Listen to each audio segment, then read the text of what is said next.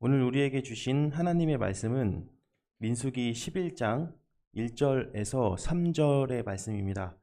함께 합독하시겠습니다. 여호와께서 들으시기에 백성이 악한 말로 원망하매 여호와께서 들으시고 진노하사 여호와의 불을 그들 중에 진영 끝을 사르게 하시매 백성이 모세에게 부르짖음으로 모세가 여호와께 기도하니 불이 꺼졌더라. 그곳 이름을 다베라라 불렀으니 이는 여호와의 불이 그들 중에 붙은 까닭이었더라. 아멘. 오늘 우리에게 주신 하나님의 말씀은 민수기입니다. 이집트의 노예였던 이스라엘은 출애굽 후 하나님의 인도하심을 받아 시내산으로 가는 여정이 시작되었습니다. 시내산에 이른 이스라엘을 하나님께서는 거룩한 삶을 살기 위해서, 즉 예배하는 삶을 살아가기 위해서 모세라는 대리자를 통해 성막을 완성하게 하셨습니다. 또한 레위기의 기록을 통해 알 수 있듯이 제2제도를 정비하고 완비하는 과정의 내용을 성경의 기록을 통해 알려주셨습니다. 출애굽 후 이스라엘은 시내산에서 본격적인 광야 생활로 나설 준비를 끝냈습니다. 약 1년 정도 시내산을 배경으로 한 가나안 생활 준비 기간을 거친 이스라엘은 앞길을 안내한 구름, 즉 하나님의 임재에 따라 진군하며 하나님께서 알려주신 법도에 맞게 초기 진군을 잘 수행하였습니다.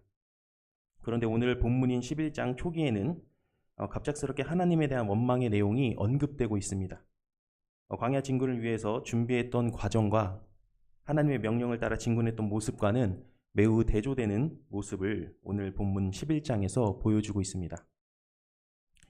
광야 여정의 시작은 여호와께서 들으시기에 백성이 악한 말로 원망하며 하고 성경은 말해주고 있습니다. 무슨 악한 말을 하였기에 그 말을 들으신 하나님께서 진노하사 여호와의 불을 그 진영 끝을 불사르게 하셨을까요? 그것은 탐욕의 마음 때문이었습니다. 민수기 11장을 읽어보시면 탐욕의 마음을 품은 내용이 언급됩니다. 고기를 달라. 애굽에 있을 때가 더 살기 좋았다. 광야 진군 생활은 너무 힘들다. 먹을 것이 만나밖에 없냐?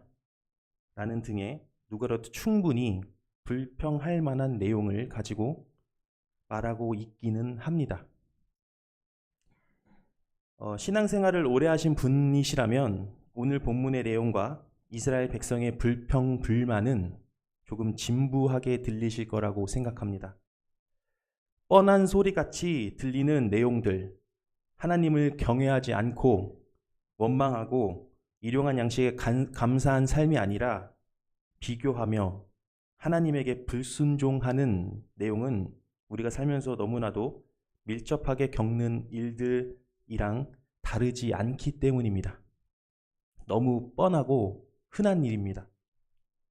저는 바로 이 뻔하고 흔한 일들의 내용이 우리가 매우 중요하게 여겨야 할 내용이라고 생각합니다.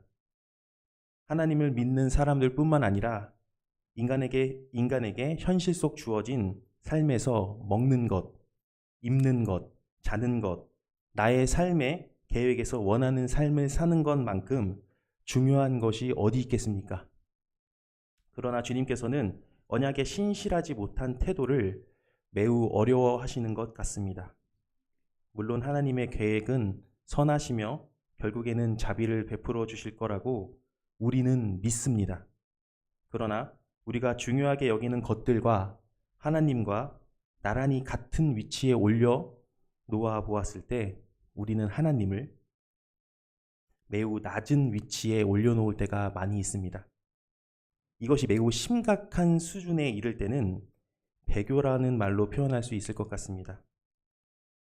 하나님의 없는 삶이라고도 말할 수 있겠습니다. 이러한 삶에서 나오는 우리의 불평하는 말 속에서 우리의 신앙의 수준이 드러나기도 합니다. 끊임없이 믿음을 증명하며 살아가지 못하는 것은 생명력이 있는 삶, 하나님과 동행하는 삶을 살아갈 수 없을 것입니다. 물론 행위를 통해서 구원에 이르는 것은 아니지만 행위의 과정 없이 신앙이 열매 맺는 경우는 매우 드문 일입니다. 열매 맺는 삶, 생명력 있는 삶이란 무엇을 의미합니까? 창조의 목적대로 우리가 살아가는 것입니다. 이상적으로 보일 수도 있겠지만 하나님의 신실하심을 받은 우리는 삶 속에서 신앙을 증명해야 할 의무가 있습니다. 신앙을 증명하는 삶은 괴로운 삶이 아닙니다. 불편한 삶도 아닙니다. 성경에서는 하나님께서 하신 일들을 우리가 생각해 보았으면 좋겠습니다. 출애굽부터 레위기, 민수기에서 나타나신 하나님의 신실하심을 보면 우리는 하나님이 알려주신 대로, 창조하신 대로 하나님께 선한 반응을 하며 보시기에 좋으신 모습대로 살아가는 것이 원래 우리의 본연의 모습입니다. 그 본래의 모습을 회복하시기 위해 성육신도 하신 것입니다. 한 주 우리 모두에게 하나님이 창조하신 모습이 우리 이웃들에게 비추어지며 본래의 모습대로 삶을 살아가기를 다시 한번 소망해 봅니다.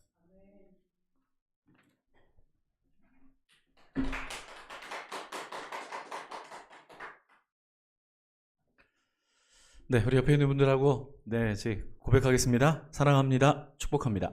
네, 사랑합니다. 네, 사랑합니다. 사랑합니다. 축복합니다. 네, 한 주 시작하면서 3번이나 지금 사랑합니다 한번 시작하고 시작합니다. 네, 역대 최장기 산불로 기록된 우리나라의 그 산불은 올해 산불이 아닙니다. 올해 산불이 심각하게 인식되었지만 사실은 이 산불이 올해만 있었던 게 아니라 계속해서 있어 왔고 가장 큰 또 최고로 오랫동안 산불이 진행된 것은 바로 작년이었습니다.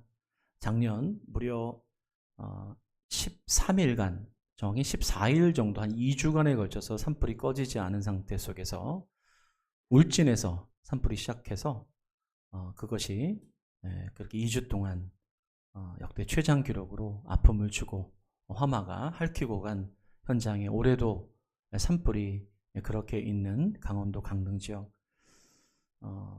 설교의 모두지만 하나님께서 그곳에 피해를 입은 또 많은 그 주민들과 또 영혼들에게 위로가 있기를 그렇게 바라면서 설교를 함께 나누고자 합니다. 전문가들이 이 산불의 이 가장 그 원인으로 꼽는 것은 화풍, 그러니까 불을 일으키는 바람이죠. 그 바람을 가장 큰 원인으로 꼽습니다. 그 바람 때문에 결국에는 연쇄적으로 계속해서 이것을 잡지 못하고 계속 번져가는 전염이 상당히 이 바람에 영향이 있다라고 원인을 꼽습니다.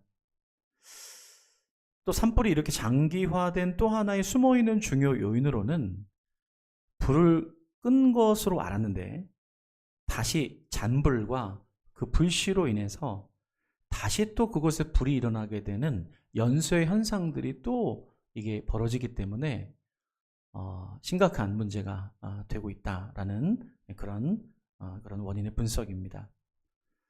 우리말에도 작은 불씨 하나가 초가 삼간을 다 태운다라는 그런 말이 그냥 헛말은 아닌 것이죠. 어린 시절에 불조심 포스터를 그렸던 생각이 나요. 그때마다 아마 가장 많이 썼던 그 표현은 이것이었을 겁니다. 꺼진 불도 다시 보자 라는 그러한 표현이겠죠. 얼마나 작은 그 불씨가 심각한 문제를 일으키는가에 대한 경각심을 보여주는 아주 좋은 적절한 표현인 것 같아요. 출애굽한 이스라엘 백성들이 홍해를 건너서 3개월 만에 시내산에 도착을 합니다. 그 시내산에서 하나님께서는 1년간 이스라엘을 준비시키십니다. 이 사람들에게는 갑작스러운 시간들이었기 때문에 광야로 나아가기 위해서는 정비가 필요했어요. 가장 중요한 준비는 말씀과 성막을 준비하는 것이었습니다. 그래서 시내산에서 모세를 통해서 십계명 돌판을 받고, 그리고 그 1년 동안 그 말씀을 배우고 서로 가르치면서 하나님의 말씀이 공급되었어요. 그리고 또 한 가지 중요한 준비는 바로 성막에 대한 준비가 이루어졌습니다. 갑작스럽게 나왔기 때문에 이들에게는 교회를 상징하는 바로 그 성막이 필요했던 거죠. 하나님께서 그것을 원하셨어요. 왜 그랬을까?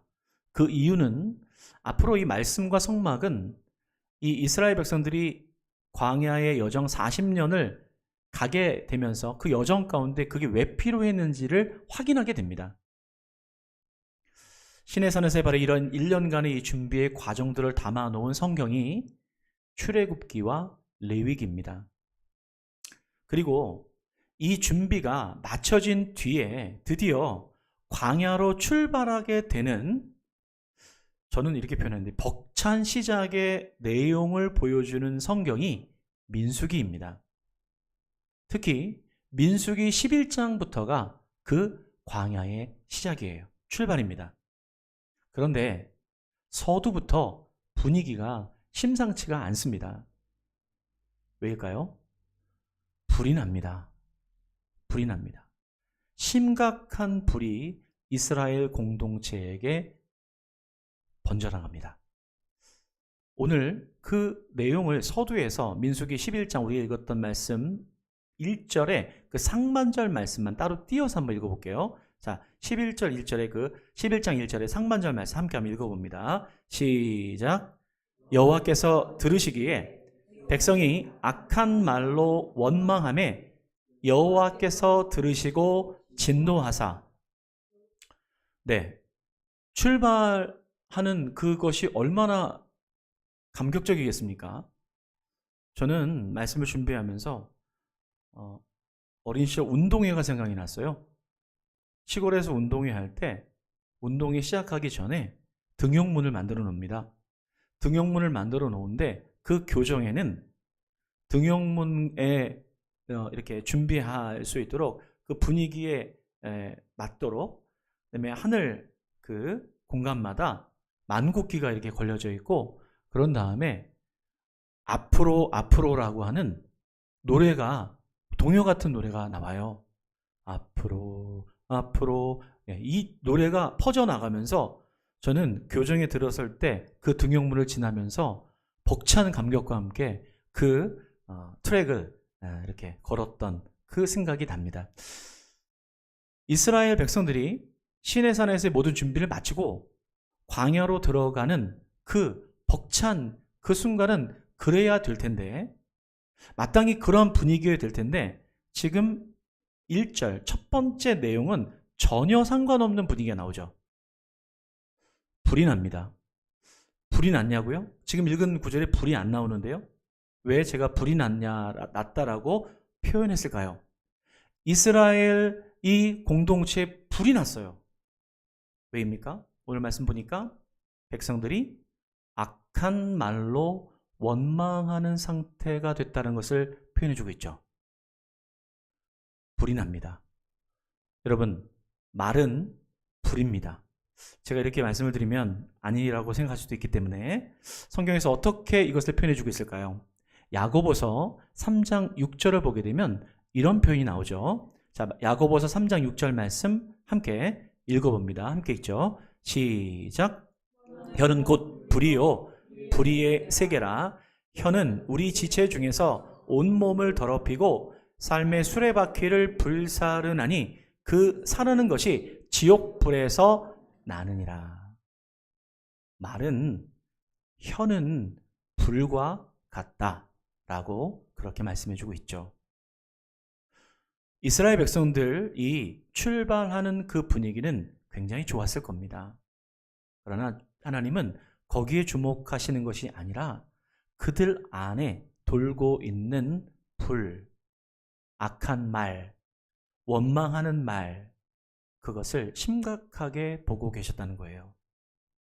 왜냐하면 그것이 이 공동체를 전체적으로 살라버릴 수 있기 때문에 그것을 우려하셨겠죠.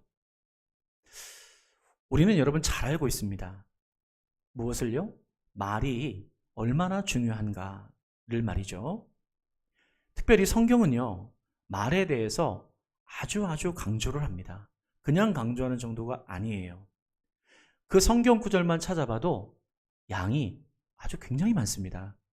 조금 이것을 제가 한번 정리해 봤어요. 말에 대해서 어떻게 강조하고 있는지. 자, 우선 첫 번째는 말하는 대로 된다 라는 그 말의 힘에 대해서 강조하는 성경 구절이 많이 있는데 그 중에 한 구절만 대표적으로 한번 읽어봅니다. 잠언 18장 21절인데요. 함께 읽어보죠. 함께 읽습니다. 시작. 사는 것이 혀의 힘에 달렸나니 혀를 쓰기 좋아하는 자는 혀의 열매를 먹으리라. 아멘. 여러분, 아멘이죠? 네, 죽고 사는 것도 말, 혀에 달려있다. 그러니 얼마나 말이 중요한가는 뭐 굳이 설명하지 않아도 성경은 이것을 적시합니다. 또 분류상 말을 어떻게 해야 하는가, 그렇다면 이런 것들을 알려주는 구절도 굉장히 많아요.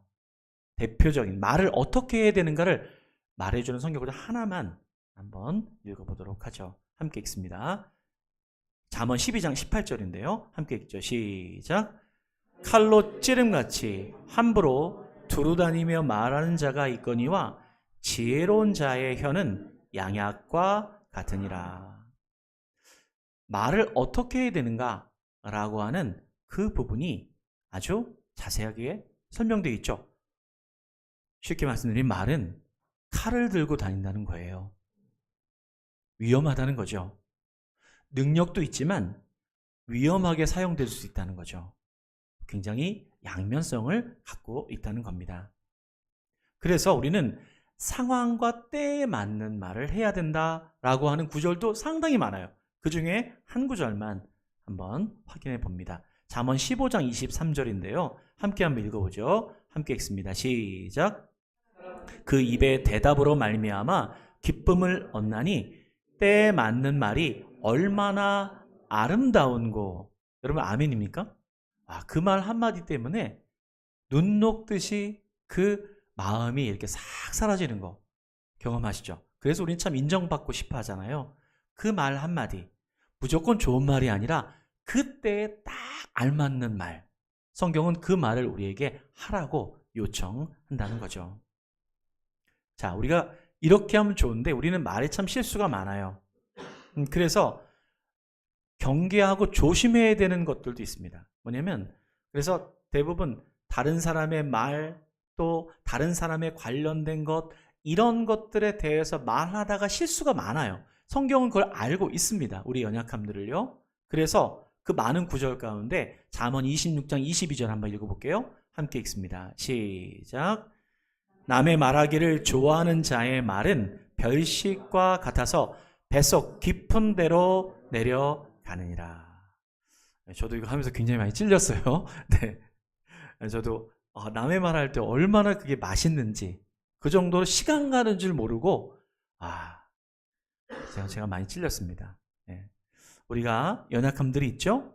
네, 그만큼 나에 대한 말보다는 다른 사람들의 말을 하면서 실수가 많다는 거예요. 그래서 성경이 우리에게 이렇게 경고하기보다는 요청하고 있는 것이죠. 그래서 다른 사람을 위한다면 어떤 말을 해야 될까요? 많은 구절 중에 잠언 24장 26절 함께 읽어볼게요. 함께 읽습니다. 시작. 적당한 말로 대답함은 입맞춤과 같으니라. 이게 무슨 부정적인 말이에요. 이거 안 좋은 말입니다. 이게 뭐냐면 그 사람의 비율을 맞추는 말도 그것도 썩 좋은 말이 아니라는 거예요. 진실된 말이 필요하다는 거죠. 역으로 그렇다는 거예요. 자, 그럼 말의 태도인데요. 오늘 성경 구절만 읽다가 끝날 수도 있겠네요. 자, 어떤 태도로 말을 서로 함께 해야 될까요? 잠언 18장 13절 함께 읽습니다. 시작. 사연을 듣기 전에 대답하는 자는 미련하여 욕을 당하느니라. 이게 뭐 하라는 거죠? 먼저 들으라는 거예요. 말하기보단 들으라는 거죠. 자, 마지막이에요. 자, 마지막이라고 표현한 건 이게 꼭 마지막은 아니지만 그래서 우리는 뭘 기억해야 될까요? 기억해야 되는 것 중에 하나. 잠언 29장 20절 말씀 함께 읽습니다. 시작. 말이 조급한 사람을 보느냐? 그보다 미련한 자에게 오히려 희망이 있느니라. 여러분, 우리가 말의 소비성이 심각한 사회 속에 살고 있다고 해요. 말이 다가 아닌데 말해서 손해보는 경우가 많다는 거예요. 오히려 말하지 않은 게 더 나을 뻔했던 게 더 많다는 거죠. 그것에 대한 그 지혜를 우리에게 잠언은 아주 이 말에 관련된 부분을 상세하게 설명해주고 있다는 것입니다. 여러분, 그렇기 때문에 성경은 얼마나 이 말에 대해서 우리에게 강조하고 있는지 알겠죠? 아시겠죠? 여러분, 그러면 성경에만 이렇게 나와 있느냐? 아니에요. 여러분, 다른 종교에서도 말에 대해 중요성은 나와 있더라고요. 제가 발견하고 여러분에게 좀 알려드릴게요. 그 불교의 법구경에 보면 이런 말이 있더라고요. 불언 이렇게 표현한 다음에 나쁜 말을 하지 말라. 험한 말은 필경 나에게로 돌아오는 것. 악담은 돌고 돌아 고통을 몰고 끝내는 나에게 되돌아오니 항상 옳은 말을 익혀야 한다. 아멘 안 하셔도 돼요. 법구경이니까. 자, 그러나 어때요? 이것은 모든 이들에게 보편적 진리인 것은 확실하다는 것입니다. 그런데 성경은 왜 위대할까요?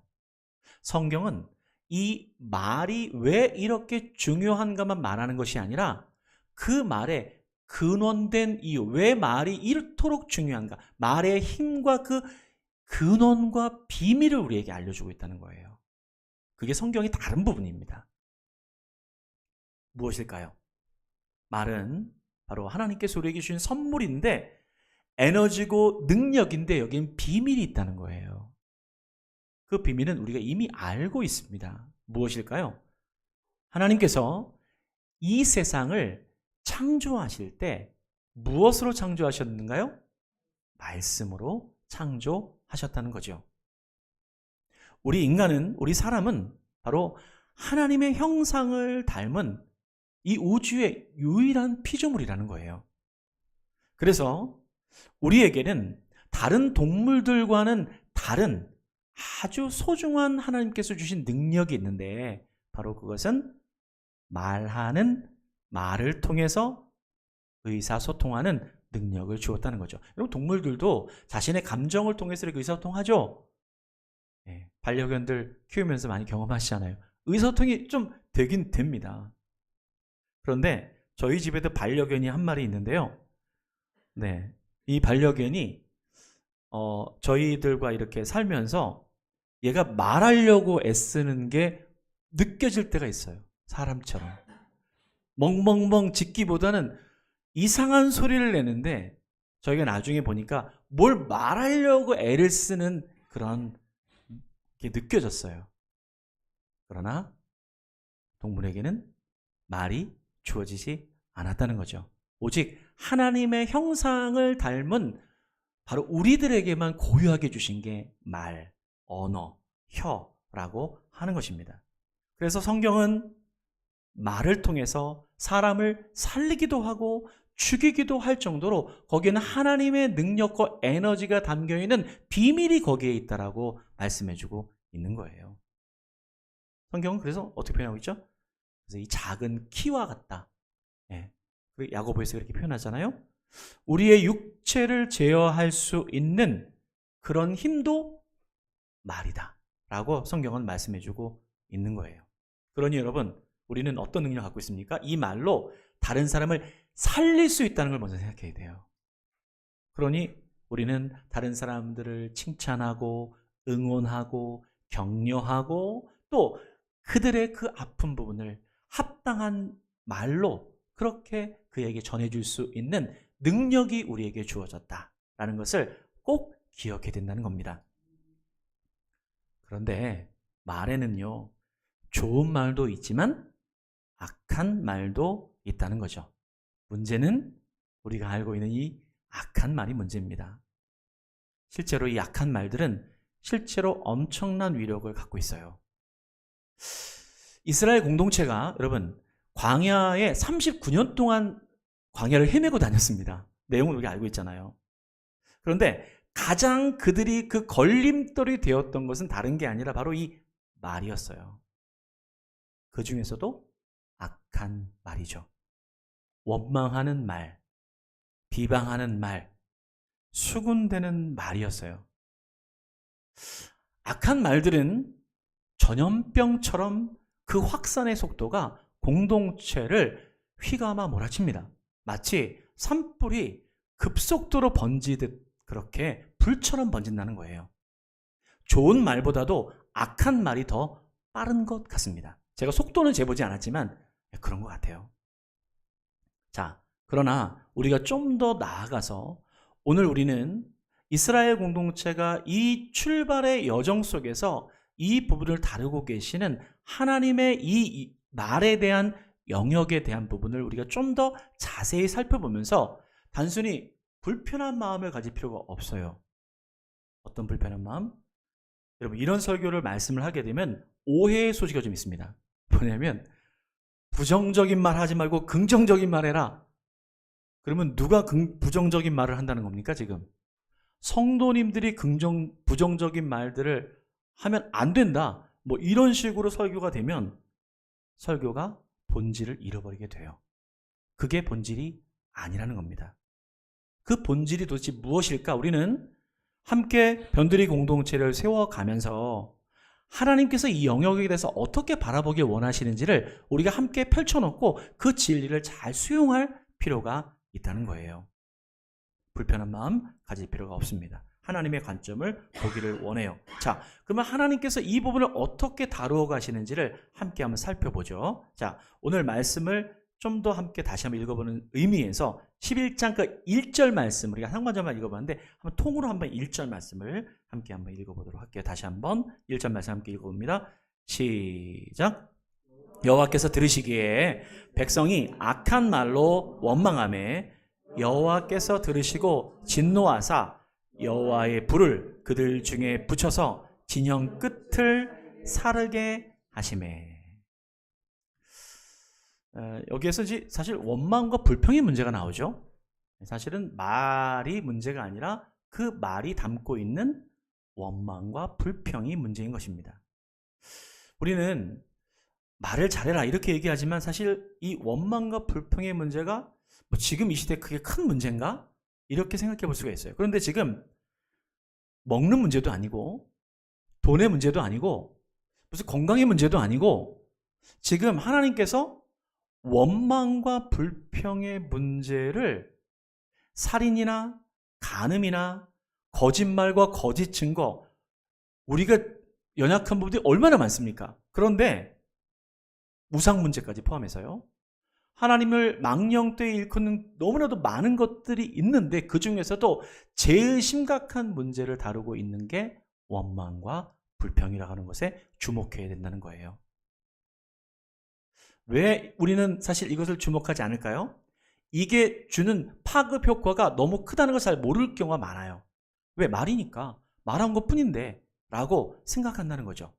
그런데 이 말이 다시 한번 말씀드릴게요. 뭘 들고 다닌다고요? 칼을 들고 다닌다는 거예요. 말이. 이 얘기는 다른 사람에게 또 어떤 사람에게 공동체를 포함해서 이 말이 해를 끼칠 수 있는 행위라고 우리가 생각하지 않기 때문에 말을 우리가 심각하게 생각하지 않는다는 거죠. 그냥 말일 뿐이지 라고 여긴다는 겁니다. 불평의 문제를 너무 엄격하게 다루면 사람들이 또 많은 분들이 이렇게 얘기할 수도 있어요. 아니 뭐 그런 말도 못합니까? 이렇게 항변할지 몰라요. 그러나 말할 수는 있지만 성경은 이 부분을 상당히 중요하게 다루고 있다는 것을 우리가 생각해 봐야 된다는 거예요. 결코 신앙의 문제에 있어서 가벼운 문제가 아니라는 거죠. 지금 읽었던 이 1절의 서두에 악한 말로 원망하는 것을 하나님께서 들으셨다라고 하는 것을 한 번 표현하지 않고 몇 번 표현하셨을까요?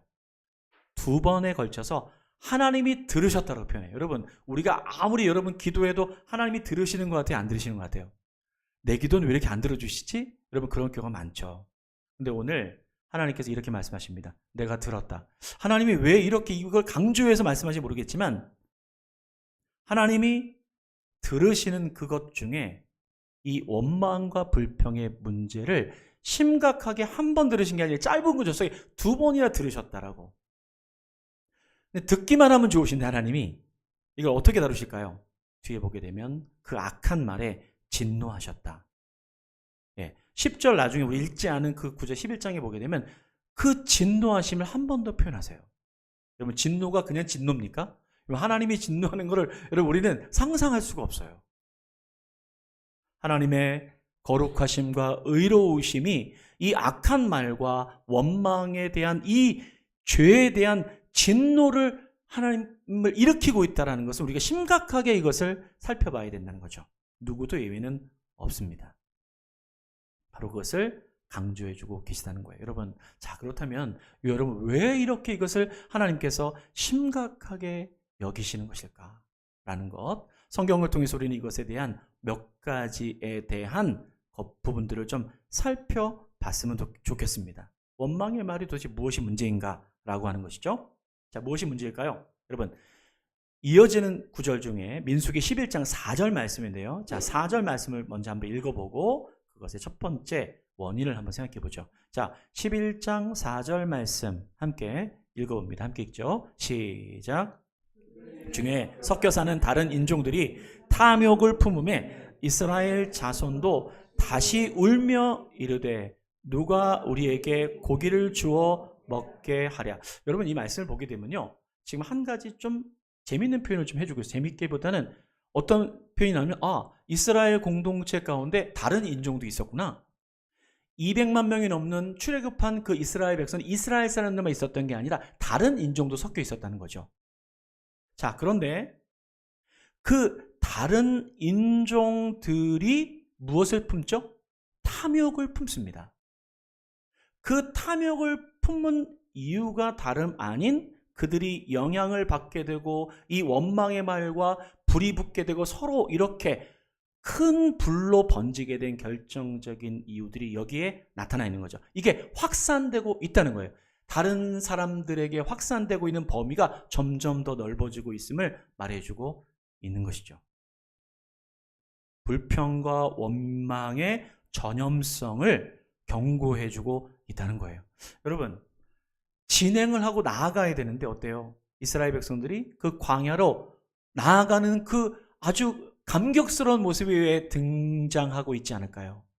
그들의 그 감격과 기쁨과 그 에너지를 원망과 불평의 이 말들이 빼앗아 가고 있고 결국 이 탐욕이 무덤처럼 그렇게 쌓여버리게 되는, 그래서 무덤이 있다는 건 생명이 없다는 거잖아요. 생명력을 잃어버리게 되는 공동체의 모습을 하나님이 그냥 보실 수가 없죠. 하나님이 정죄하시는 게 아니에요. 이 부분을 하나님이 그냥 두시고서는 이스라엘 공동체가 그 가나안으로 들어갈 수 없음은 자명한 사실이 되겠죠. 원망과 불평의 파괴적인 전염력은 상당하다는 것입니다. 이것에 대한 그 바로 경계, 원망과 불평의 그 전염성에 대한 부분이 여기에 성경에 나타나고 있는 아주 중요한 첫 번째 그 본질이다라는 것을 우리가 꼭 기억해야 된다는 것입니다. 두 번째로 이 원망과 불평에는 어떠한 본질이 여기에 숨겨져 있을까요? 여러분, 이어지는 그 4절, 11장 4절로부터 6절까지의 말씀 연이어서 우리 함께 한번 읽어볼게요. 자, 그 말씀을 통해서 한번 확인해 봅니다. 함께 4절로부터 6절 말씀 함께 읽어봅니다. 시작. 누가 우리에게 고기를 주어 먹게 하랴? 우리가 애굽에 있을 때에는 값없이 생선과 오이와 참외와 부추와 파와 마늘들을 먹은 것이 생각나거늘 이제는 우리의 기력이 다하여 이 만나 외에는 보이는 것이 아무것도 없도다. 여러분, 이스라엘 백성들의 불평을 지금 잘 들어보세요. 내용을 한번 우리가 잘 살펴볼 필요가 있습니다. 지금 얘기하는 내용이요, 언뜻 보면 진짜 같죠? 진실 같죠? 사실 같죠? 근데 자세히 보십시오. 지금 어떤 불평이냐면 애굽에 있었을 때 먹었던 그 품목들을 얘기해 주고 있어요. 저 야채 가게 때 표현 그 품목들이 많이 나와요. 오이, 참외, 부추, 파, 마늘. 애굽에서 이런 것들을 먹은 게 생각나는 건 잘못된 게 아니에요.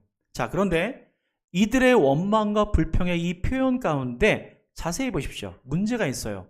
뭐가 문제가 있습니까? 값없이 이런 걸 먹었대요.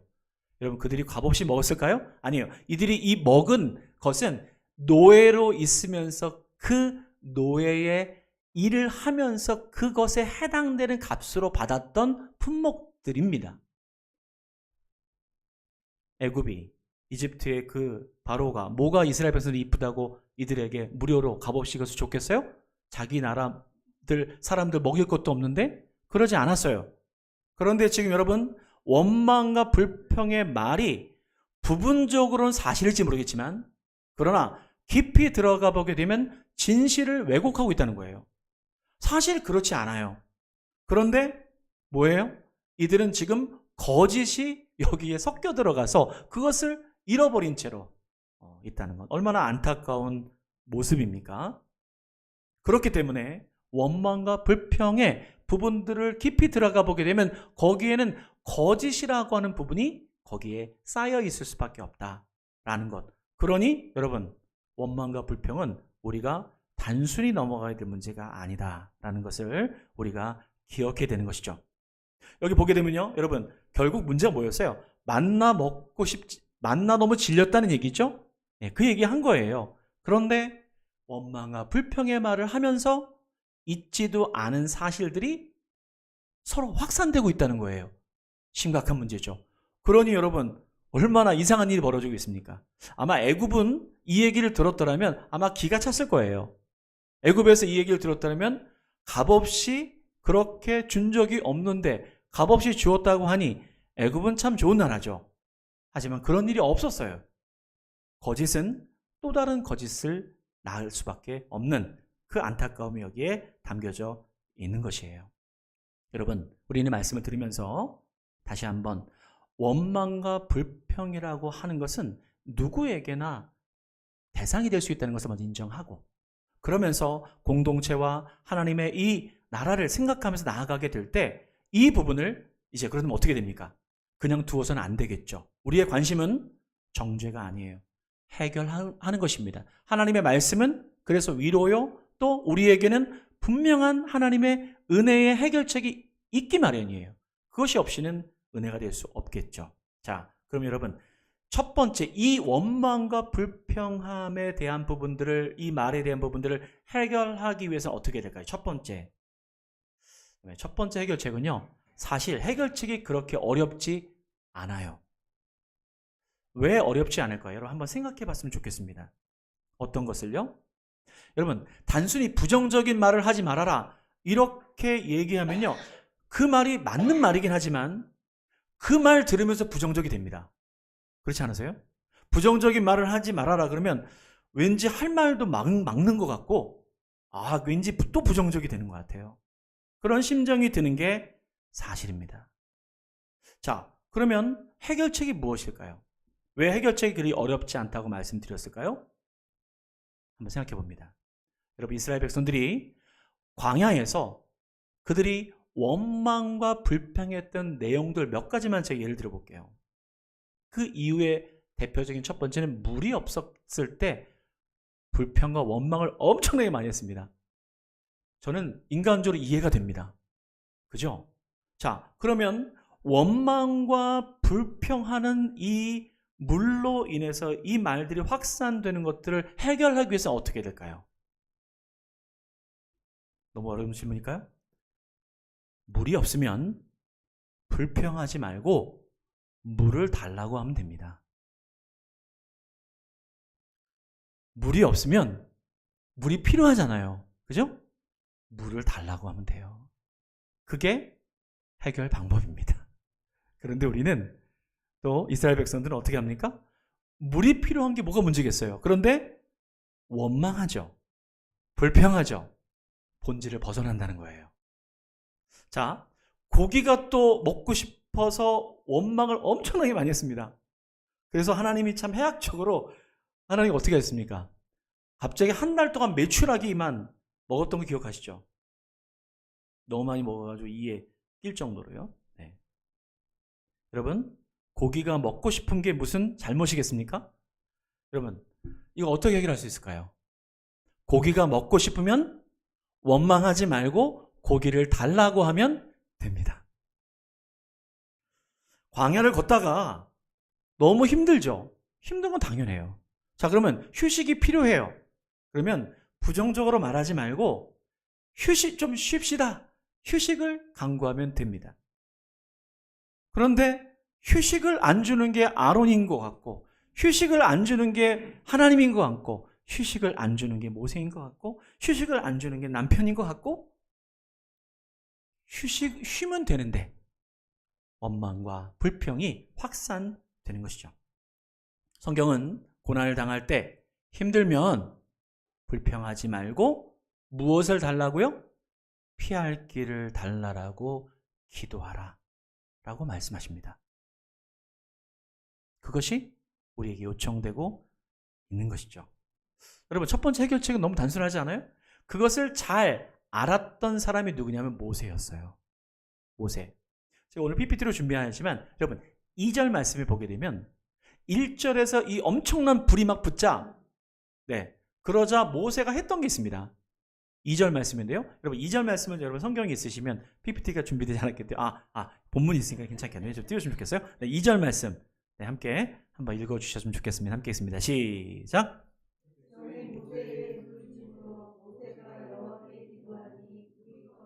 아멘. 여러분, 제가 지금 말씀드렸던 것은 다른 표현으로 영적으로는 기도라고 합니다. 해결책 첫 번째는 기도하세요. 이게 아니라 우리의 모든 필요를 아시는 하나님께 그 필요를 필요하다라고 그렇게 말하는 것, 요청하는 것, 이것을 기도라고 하죠. 여러분, 제가 여쭙겠습니다. 여러분, 기도하기를 원하십니까? 원망하기를 원하십니까? 여러분, 기도를 선택하는 저와 여러분 되기를 소원합니다. 얼마나 단순하고 얼마나 간결합니까? 기도는 간결해요. 원망과 시비가 없어요. 그래서 기도하라는 거예요. 하나님이 가장 필요한 것을 우리에게 주시는 하나님이신 줄 믿습니다. 그런 하나님을 찬양합니다. 그러니 우리는 시비가 없게 되는 것이죠. 두 번째로, 해결책 두 번째는 무엇일까? 그 두 번째는 오늘 본문에서 하나님이 그 해결책을 보여주세요. 어떤 해결책일까요? 자, 민수기 11장 오늘 본문의 3절 말씀이에요. 오늘 본문의 마지막 절이죠. 3절 말씀으로 함께 한번 읽어봅니다. 3절 말씀 함께 읽어보죠. 시작. 그곳 이름을 다베랴라 불렀으니 이는 여호와의 불이 그들 중에 붙은 까닭이었더라. 아멘. 다베랴, 이게 불붙다는 뜻이거든요. 원망의 말이 확산되자. 여러분, 하나님 입장에서도요, 원망의 말이 확산되면 가장 심각한 게 보셨다는 거죠. 그러니까 이거를 그냥 두지 않으시고 해결하셔야 되잖아요. 하나님이 뭘 하셨냐면 맞불을 놓으십니다. 맞불을 놔요. 여러분, 원망하는 말과 불평하는 말은 불이라고 말씀드렸죠? 그 불을 끄기 위해서 물을 부으신 게 아니라 불을 붙이셨어요. 맞불을 놓으십니다. 하나님께서 불을 일으켜버리셔요. 그러자 어떻게 해요? 그 원망의 모든 것들이 꺼져버리는 것이죠. 꺼져버리는 것이에요. Brave Under Fire라고 하는, 갑자기 영어 왜 쓰냐고요? 영화가 있어요. 파이어, 불 영화입니다. 소방관 영화예요. 이 실제 실화로 한 영화예요. 나중에 그 시간에 대해서 보시면 좋겠어요. Brave Under Fire. 그러니까 불 아래에서 용기를 가진 소방관들의 이야기인데, 이 이야기의 핵심은 죄송합니다. 세계에서 가장 불을 잘 끄는 나라가 어딘지 아십니까? 퀴즈. 이 나라는 우리나라가 아니라 러시아라고 합니다. 러시아가 불을 가장 잘 끈대요. 왜냐하면 불이 가장 많이 나는 나라가 러시아라고 합니다. 왜? 산림이 아주 우거진 나라라서 산불이 극심한 나라가 러시아이기도 하대요. 이상 저온 고온 현상이 막 지속되면서 이 러시아가 산불이 극심하게 많이 나는 과정 속에서 그 불이 규모가 우리가 상상하는 규모가 아니니까, 지금 강원도 일어난 불도 엄청 없는데 그거에 몇 수십 배, 감히 감당할 수 없는 불이 일어나게 될 때 러시아가 그러한 불들을 끌 수 있는 가장 강력한 방식이 무엇이냐면 맞불을 놓는 것이라고 합니다. 오히려 불을 불로 막는 것이죠. 브레이브 온 더 파이어라는 영화는 그 소방관의 용기를 다루는 영화인데 그 소방관이 맞불을 놔요. 그 영화를 실제로 영화로 해서 나온 그 내용이에요. 하나님께서 맞불을 놓으십니다. 여러분, 하나님의 불은 뭐예요? 하나님의 불은 하나님의 말씀입니다. 하나님의 말씀이에요. 하나님의 말씀은요, 여러분, 저도 목회자이지만 저도 원망과 불평하는 말 많이 합니다. 주로 대상들이 다 외부에서. 저 스스로 원망과 불평하지 않더라고요. 자, 그런데 기가 막히게 이 확산되는 것을 멈추게 하는 것은 하나님 말씀 앞에서 그게 사라지는 것을 제가 많이 경험합니다. 이번에 저도 말씀을 준비하면서 무릎을 친 적이 많아요. 여러분, 불이 나면 어떻게 됩니까? 꺼야죠. 꺼야 됩니다. 공동체에 불이 나는 것, 더 나아가서 교회에 불이 나는 것, 우리 가정에 불이 나는 것, 여러분, 그냥 둘 수 없죠. 어떻게 됩니까? 꺼야죠. 영적인 소방관이 돼야죠. 여러분, 그러기 위해서는 간단합니다. 정확하게 하나님 앞에 그 원망하는 말이 아니라 필요한 것을 사람을 향해서 원망과 비판하지 말고 그 필요한 것을 정확하게 하나님 앞에 간구할 수 있는 기도의 영이 회복되게 될 때 우리 안에 그 원망에 확산되는 불을 꺼트릴 수 있는 하나님의 은혜가 거기에 담겨져 있는 것이죠. 더 나아가서 감당할 수 없습니까? 아니에요. 하나님의 말씀은 강력합니다. 그 불이, 성령의 그 말씀이 그 원망과 불평의 그 불들을 막아서게 되는 놀라운 하나님의 은혜. 저는 그래서 브레이브 on the fire가 아니라 브레이브 앞에 하나님의 말씀 on the fire. 그 용기는 다름 아닌 하나님의 말씀이에요. 여러분, 우리 공동체에게 하나님의 순결한 이 말씀의 불이 살아있는 다베리아, 그죠? 예, 그러한 은혜가 우리의 말씀 가운데 있기를 주님의 이름으로 축복합니다. 맞불을 놓읍시다. 맞불을 놓읍시다. 예, 그래서 오늘 변규공 시작합니다. 오늘 민수기 말씀이 상당히 귀해요. 여러분, 하나님의 말씀 알지 못하면 웬 이상한 잡스러운 것들이 몰려오기 시작하죠. 신천지, 이단, 왜 몰려옵니까? 하나님의 말씀의 불이 온전하지 않기 때문에 그래요.